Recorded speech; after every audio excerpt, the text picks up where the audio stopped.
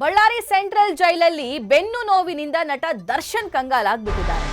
Darshan ಒಪ್ಪಿದ್ರೆ VIMS ವೈದ್ಯರಿಂದ ಸ್ಕ್ಯಾನಿಂಗ್ಗೆ ಸಿದ್ಧತೆ ಮಾಡ್ತಾ ಇದ್ದಾರೆ. ಆದ್ರೆ ಆಸ್ಪತ್ರೆಗೆ ಹೋಗಲ್ಲ ಅಂತ ದರ್ಶನ್ ಹೇಳ್ತಾ ಇದ್ದಾರಂತೆ.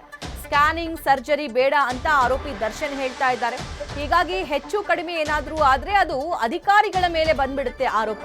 ಹೀಗಾಗಿ ದರ್ಶನ್ರ ಈ ಹೇಳಿಕೆಯನ್ನು ಸಹ ರೆಕಾರ್ಡ್ ಮಾಡಿದ್ದಾರೆ ಜೈಲಾಧಿಕಾರಿಗಳು. ಡಿಸಿ ಮಾಡಿಸಿದ್ದಾರಂತೆ ಆ ರೆಕಾರ್ಡ್ ಅನ್ನ.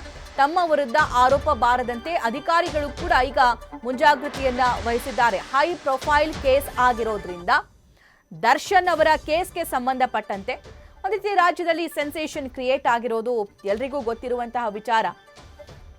ದರ್ಶನ್ ಅವರ ಆರೋಗ್ಯದಲ್ಲಿ ಏನು ಏರುಪೇರು ಆಗಬಾರದು ಅಂತ ಹೇಳಿ ತನಿಖಾಧಿಕಾರಿಗಳು ಈಗ ಜೈಲಾಧಿಕಾರಿಗಳು ಕೂಡ ಸಾಕಷ್ಟು ಆಕ್ಟಿವ್ ಆಗಿದ್ದಾರೆ.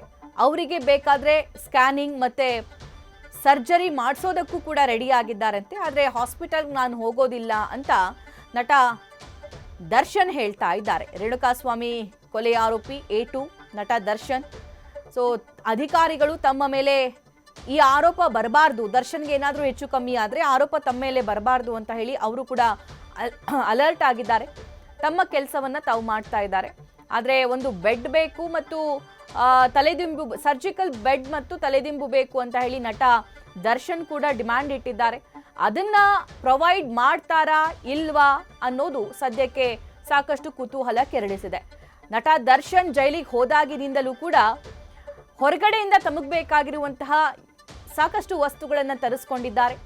ಅವರು ಉಪಯೋಗಿಸುವಂತಹ ಬೇರೆ ಬೇರೆ ವಸ್ತುಗಳನ್ನು ಕೂಡ ತರಿಸ್ಕೊಂಡಿದ್ದಾರೆ. ಆದರೆ ಜೈಲಾಧಿಕಾರಿಗಳು ಎಷ್ಟು ಪರ್ಮಿಷನ್ ಇದೆಯೋ ಅಷ್ಟನ್ನ ಮಾತ್ರ ಕೊಡೋಕೆ ಸಾಧ್ಯ ಅಂತ ಹೇಳ್ತಿದ್ರು. ಆದರೆ ಈ ವಿಚಾರದಲ್ಲಿ ಏನಾಗುತ್ತೋ.